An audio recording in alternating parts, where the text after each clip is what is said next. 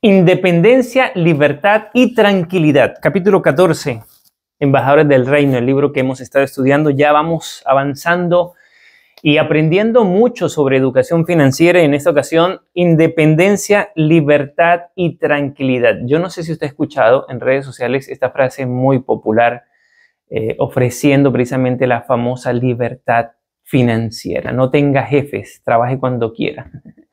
La Biblia, y me llamó la atención que en este capítulo en realidad no habla de libertad financiera, habla de tranquilidad financiera, que es lo que es más real al mundo que estamos viviendo. Y ella argumenta, Camila Russo, argumenta en este capítulo, el capítulo el por qué.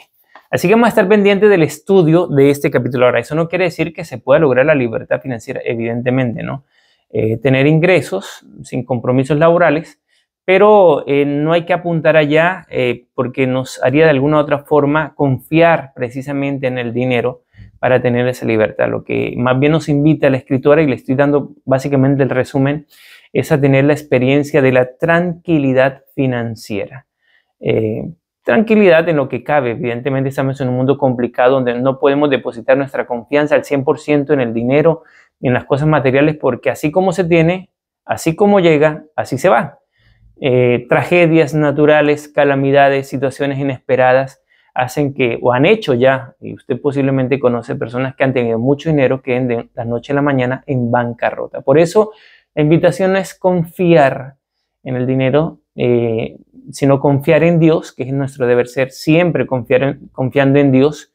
Como embajadores del reino vivimos temporalmente en este mundo, que sí debemos ser muy organizados, buenos mayordomos, aspirar evidentemente a tener las cosas como soñamos, pero que nunca eso esté por encima de los planes de Dios para nuestra vida, de confiar en Dios primeramente, más que confiar en el dinero. Palabras más, palabras menos, hacia allá apunta este capítulo 14, independencia, libertad y tranquilidad. La introducción que ella hace es, ¿se acuerdan que en un versículo que estudiamos anteriormente, Levíticos 27:30, ella hace una aplicación interesante, ¿no? El grano de los campos, por un lado, y el fruto de los árboles. Esto es bueno estudiarlo. Esto se mencionó por allá en el capítulo 3, para que usted lo revise en algún momento. Y ella compara precisamente el grano de los campos al fruto de los árboles, y hace la comparación y dice, financieramente hablando, ¿no? En el campo de las finanzas, que el grano de los campos se refiere a esos ingresos que llegan por trabajo, por venta de productos, que cumplen cierto ciclo, ¿no? Y uno espera por lo general cada mes, algunos, otros quizás cada 15 días, otro semanal, pero por lo general es cada mes el pago del sueldo, así como cuando se siembra el grano de los campos. Ella hace la aplicación donde dice que para tener fruto del grano de los campos hay que hacer un trabajo previo. Arar la tierra, prepararla, cultivarla, estar pendiente de la maleza, de las plagas, de las malas hierbas. O sea, y es un ciclo porque cuando el grano da fruto, pues evidentemente hay que volver a repetir el ciclo. Preparar la tierra, ararla, sembrar la semilla, cultivarla, echarle agüita, evitar las malas hierbas y todo, y este ciclo se va repitiendo. Entonces, el grano de los campos, ella lo compara con esos ingresos mensuales producto del trabajo, ¿no? Cada cierto tiempo llega el ingreso, pero hay que volver a hacer otra vez el mismo proceso para volver a tener el ingreso mensualmente, sea prestando servicios, vendiendo productos, que es la forma en que como trabajamos actualmente para generar ingresos. Y en cuanto al fruto de los árboles, ella lo aplica con respecto a las inversiones. En el caso del grano de los campos, el fruto de los árboles, perdón, el grano de los campos, ella se refiere y hace la aplicación en el campo financiero como ingresos activos, y en el fruto de los árboles, que básicamente lo que se hace es sembrar la semilla, está pendiente de que salga la plantita, hacer que la plantita crezca, se convierta en un árbol y empiece a producir frutos. El asunto es que bien cuidados los árboles, en las condiciones climáticas adecuadas, seguirá produciendo mucho fruto durante mucho tiempo, durante muchos años. A diferencia del grano de los campos, que hay que estar pendiente y repetir ciclos cada cierto tiempo, en el caso de los frutos de los árboles, solamente hay que estar básicamente muy pendiente, o el mayor trabajo más bien es al principio, y después hay que estar pendiente evidentemente para que siga con el cuidado dando los frutos que se esperan, pero no es tanto tiempo. En el fruto de los árboles, haciendo la aplicación al campo financiero, ella lo llama como ingresos pasivos. Básicamente inversiones, ¿no? Inversiones que pueden ir dándonos ingresos pasivos a largo plazo. Para llegar a disfrutar de unos ingresos pasivos, primero hay que tener medios para invertir.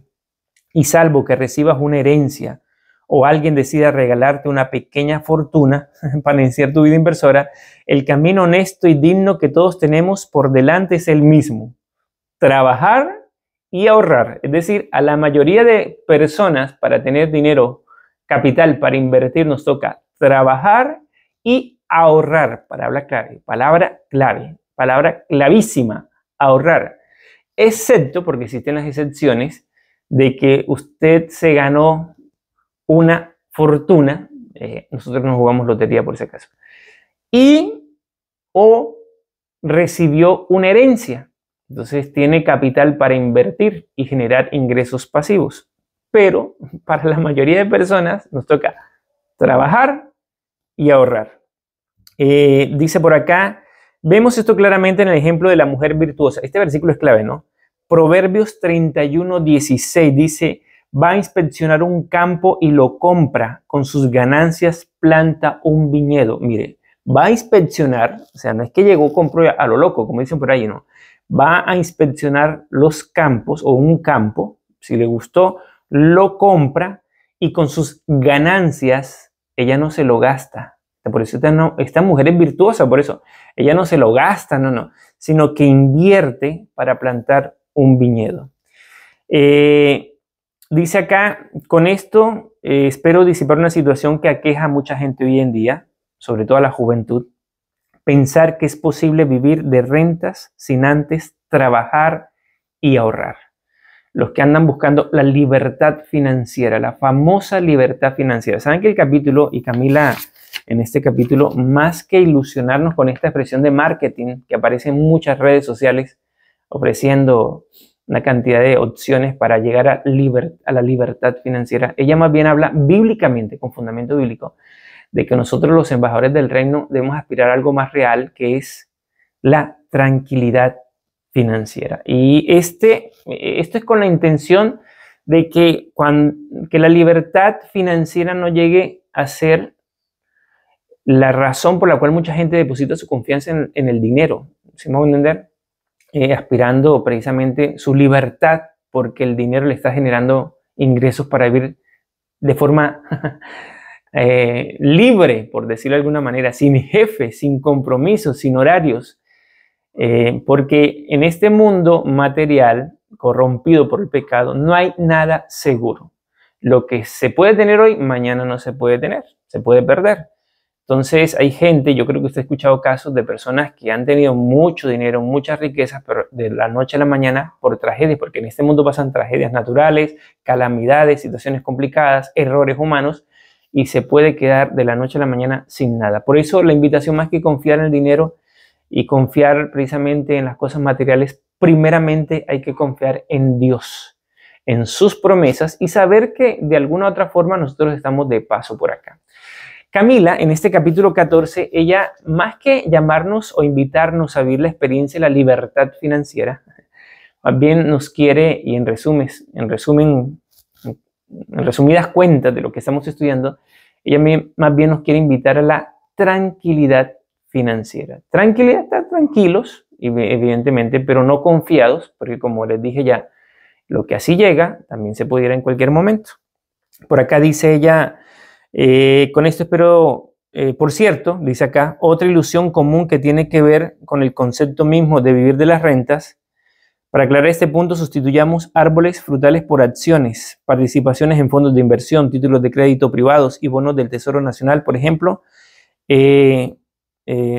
pues una forma de generar ingresos para vivir precisamente, tener ingresos pasivos, vivir de las rentas. Por acá, en este capítulo, también menciona, no es nada malo aspirar a vivir, o sea, y de verdad, el capítulo y todo lo que hemos estado estudiando, el dinero no es malo. Aspirar a vivir una vida tranquila De hecho, sin compromisos laborales, en el sentido de cumplir horarios, de tener jefes, sino que usted sabiamente supo manejar las riquezas, supo manejar sus billetes, sus dólares, sus fondos, hizo inversiones y empezó a generarle ingresos pasivos y ha llegado pues a una situación donde puede vivir de eso, porque le cubre todos sus gastos de vida a usted y a su familia, pues eso no tiene nada de malo.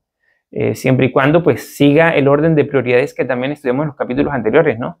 Honrar a Dios, las ofrendas al Señor, el diezmo, la ofrenda, el bendecir a otros, las donaciones, el ahorrar para seguir invirtiendo, porque eso es un ciclo, y después obviamente cumplir con los compromisos de la vida cotidiana, los gastos que uno tiene en el diario vivir. O sea, no tiene nada de malo, y eso es lo que hemos estado llegando a la conclusión evidente y bíblica, siempre y cuando no lo ponga por encima de Dios. Por acá dice también, supongamos que no tienes ninguna experiencia en saborear los frutos de cualquiera de esos árboles, de los que mencionamos ahorita, ¿no? Bonos del tesoro, títulos de crédito, acciones. Supongamos que no tengas ni idea, o ni siquiera sepas cuál es su aspecto, pero aún así quieres formar tu propio huerto. Al estudiar acerca del asunto, terminas encontrándote con una variedad enorme de especies y entonces dudas sobre cuáles elegir. Al sentir que necesitas ayuda, decides recurrir a la orientación de un especialista. Este profesional, que puede ser un asesor de inversiones o un asesor bursátil, por ejemplo, entre otras cosas, evaluará tu perfil inversor, tu capacidad financiera y tus objetivos a corto, mediano y largo plazo. Una vez hecho esto, propondrá las especies de árboles fructíferos que deben componer tu huerto. Traducido al lenguaje financiero, esos árboles son los activos y el huerto, la cartera de inversiones que pretendes armar. Recuerda que cuanto más activos añadas a tu patrimonio, mayor será la porción de rendimientos pasivos en la composición de tus ingresos, y esto es lo que está haciendo Camila para seguir entendiendo el asunto financiero de las inversiones. Como ella dice, como si tuvieras un huerto, varios árboles. Fuiste asesorado por un agricultor y dijimos, estos árboles aquí en esta temporada dan frutos, en estas tierras, en este clima, plante estos árboles, dedíquese a esto. De hecho, la recomendación de varios asesores financieros o profesionales precisamente del mercado bursátil, asesores, es que no dependa uno de un solo árbol, sino tener variedad de árboles, variedad de frutos, por si acaso, ¿no? Para tener ingresos pasivos. Ella presenta aquí un gráfico interesante. Yo no sé si lo alcanzan, bueno, voy a ver si lo presento así rapidito, si se alcanza a ver.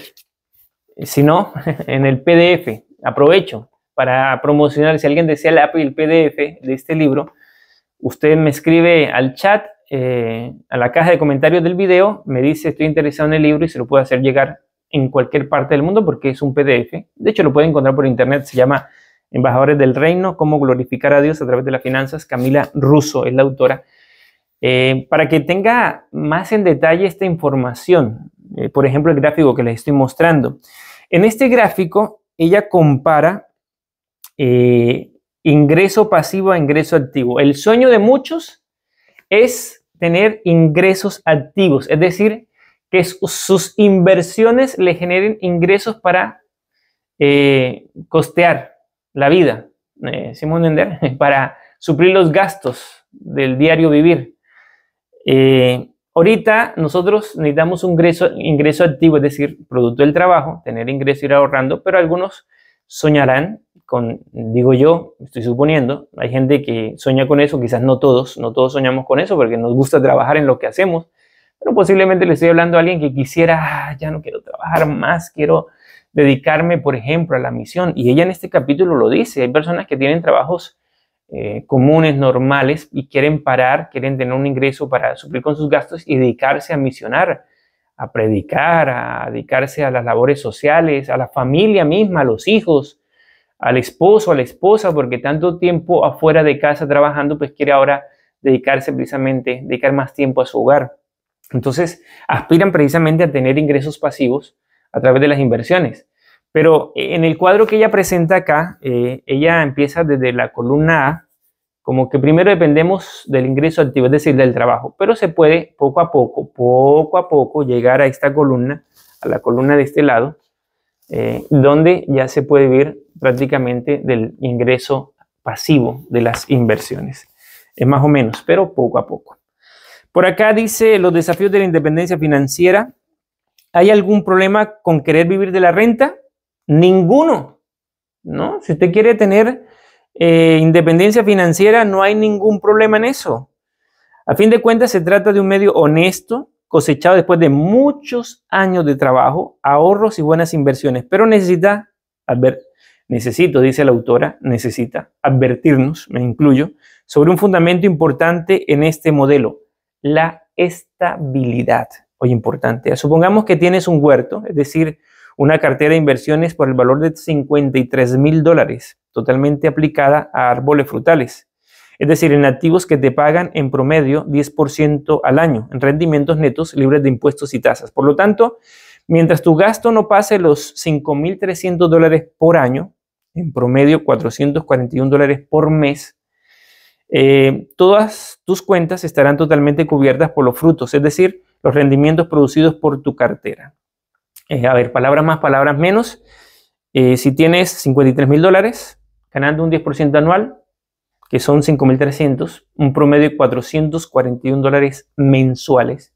Si tú puedes vivir con 440 para redondear dólares mensuales y las cosas marchan bien, o sea, hay una estabilidad, pues bien. El problema es que no hay nada seguro en este mundo, como les dije en algún momento. Como no reinviertes estos ingresos, sino que los consumes íntegramente para tus gastos, tu capital invertido queda fijado en $53,000. $53,000. Hasta aquí, todo bien. Siempre y cuando tu cartera siga generándote un 10% y tus gastos nunca superen los $5,300 al año. Nota aquí la necesidad de que estos tres parámetros permanezcan estables. Valor de capital, $53,000. Rendimiento neto, 5,300 al año o 441 al mes. Y que los gastos no pasen de ahí. Si estas tres variables o estos tres parámetros permanecen, todo bien. Pero, vamos al pero. Ahora imagina qué sucedería si algún evento inesperado hiciera que los activos que componen tu cartera perdieran valor. Supongamos, por ejemplo, que tu cartera cayera un 10%, se dañaron unos árboles, vino un rayo, y estoy aquí imaginándome el huerto, ¿no? Hay unos árboles, ¡pum!, se quemaron. Pasó una tragedia. Supongamos que, por ejemplo, tu cartera cayera en 10% en valor de mercado, pasando de $53,000 ahora a $47,700. Ante esta nueva realidad, te verás forzado a elegir entre dos alternativas. Primero, buscar rentabilidad superior, en este caso, cercana al 11.11% para producir los mismos $5,300 de rendimiento anual, porque tus gastos se mantienen. Entonces necesitamos ahora buscar la manera de que se genere un ingreso mayor para seguir cubriendo tus gastos que se mantienen. Opción B, reducir tus gastos. Esta es la opción B. Más bien, la otra opción es reducir más bien tus gastos a $4,770 al año, es decir, a $397 por mes, confiando en que tu rentabilidad neta seguirá inalterada en el 10% anual. Vamos a agregar un desafío más al problema: la inflación. Esto ocurre, mire, y me hace recordar que la política de los países es cambiante, no hay nada seguro. A ver, se me viene a la mente un país muy conocido para muchos de ustedes, Venezuela. Yo incluso llegué a una época en que Venezuela era próspera y rendía el dinero, pero ha pasado por tantas crisis y la inflación tan terrible que está teniendo todavía porque no para, la que he tenido en los últimos años, ni se diga, donde llega una devaluación terrible de la moneda, que para ellos es el bolívar. Ahorita parece que se está dolarizando. O sea, la persona que se propuso, y alguna advertencia, ¿no? Una advertencia y una reflexión de lo inestable que es las cosas materiales en este mundo. Por eso es que uno no puede confiar en eso 100%. Yo estoy suponiendo a aquellas personas que se pusieron a ahorrar hace 40 años en bolívares. No les quedó absolutamente nada. Incluso personas que tenían inversión en sus casitas. Llegó un momento en que se devaluó todo. Mire lo inestable o lo no conveniente de confiar 100% en las cosas materiales, sino siempre refugiándonos en Dios primeramente, en el Señor primeramente. Y saber también reaccionar ante situaciones inesperadas. Esta es una reflexión muy personal. Claro, casos como el de Venezuela ocurren, son poco comunes, pero ocurren. La mayoría de países tienen cierta estabilidad económica. No es que sea mucho la que digamos. Por acá, volviendo al tema, la inflación. Seguramente ya escuchaste hablar de la inflación y sabes que en la práctica hace que todo se ponga más caro, lo que reduce nuestro poder adquisitivo. En el ejemplo que presentamos aquí, una inflación del 5% anual supondría un aumento de $266 en los gastos anuales en el escenario 1 y de $239 en el escenario 2, es decir, de 23 a 20 dólares de gasto adicional por mes respectivamente por la inflación, un 5% de aumento. Eso significa sacar 22, 23 dólares mensuales más para seguir cubriendo los mismos gastos, ¿no? Los mismos gastos. Eso también hay que tenerlo en cuenta, ¿no? Por acá, hablando de vivir de los rendimientos, estar por debajo del punto de equilibrio provoca la necesidad de retirar recursos a fin de suplir lo que falta. O sea, llega un momento en que la inflación y ciertas situaciones, los gastos o aumentan, el dinero no alcanza, va a tocar que vender ciertos árboles, haciendo uso de la aplicación de la ilustración que nos da Camila, para tener ingresos para poder seguir costeando o más bien sufragando los gastos.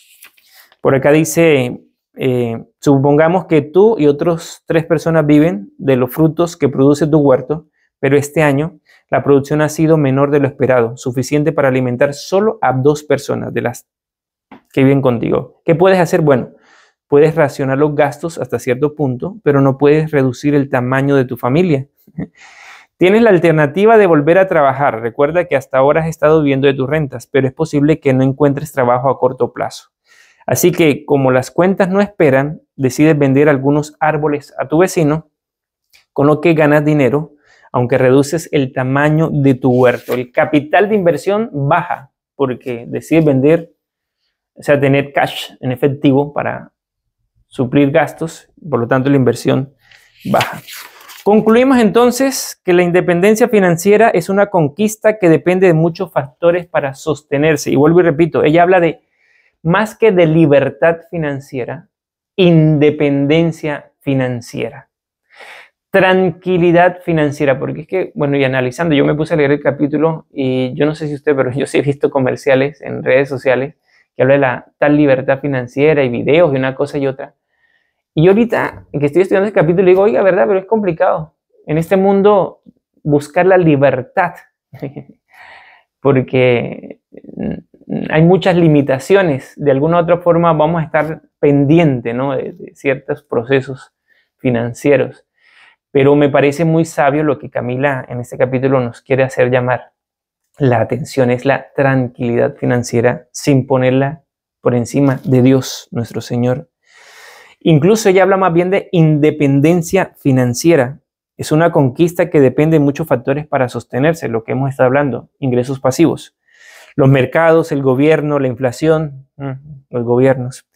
Citamos aquí tan solo 3 de tantas otras variables que pueden afectar el punto de equilibrio en el presupuesto de quien se propone vivir de los rendimientos. Y por más que un inversor busque rodearla de protecciones su cartera, prevalece la máxima bíblica de que las riquezas no duran para siempre y tal vez la corona no pase a la próxima generación, y esto está en la Biblia.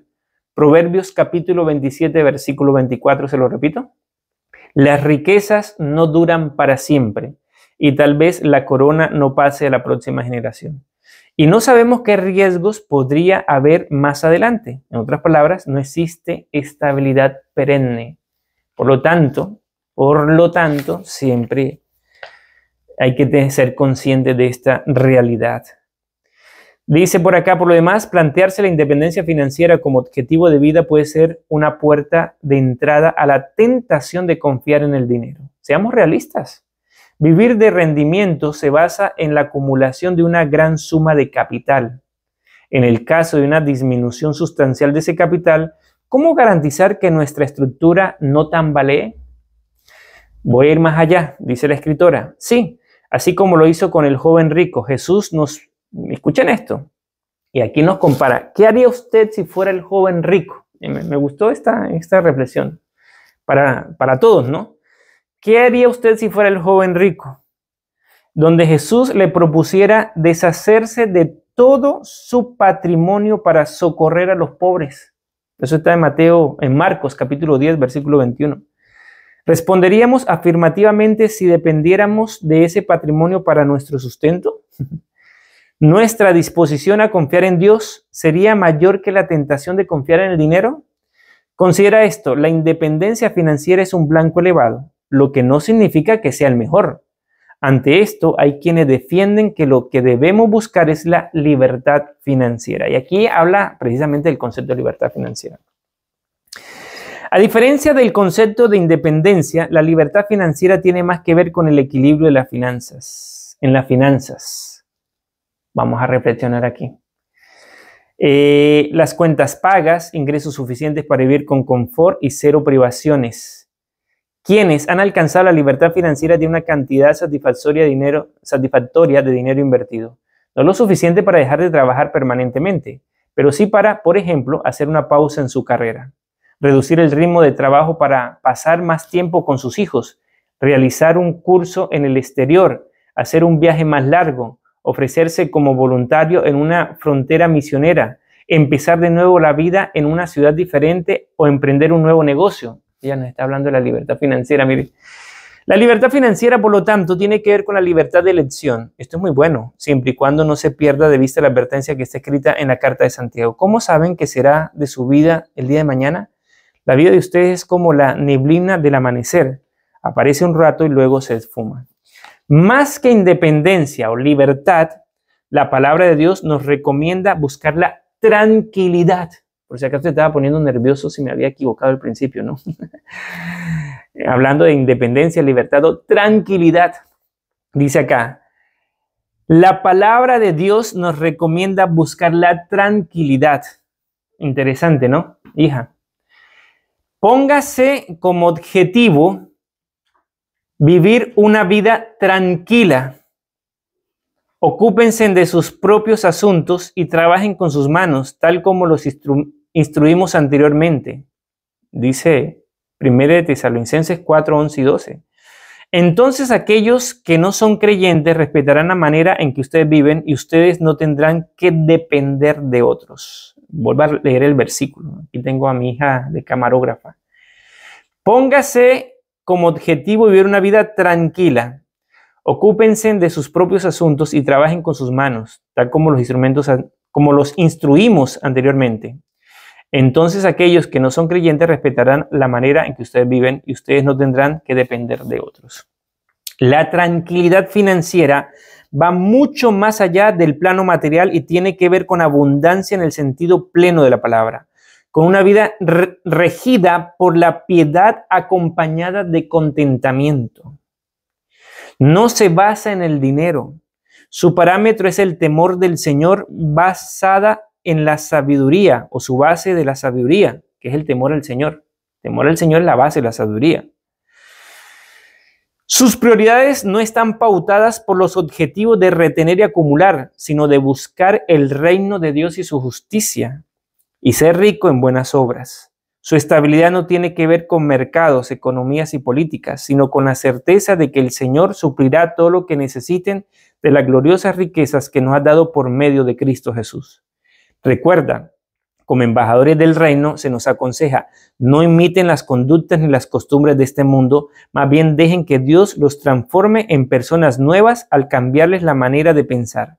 Entonces aprenderán a conocer la voluntad de Dios para ustedes, la cual es buena, agradable y perfecta. Romanos 12, 2.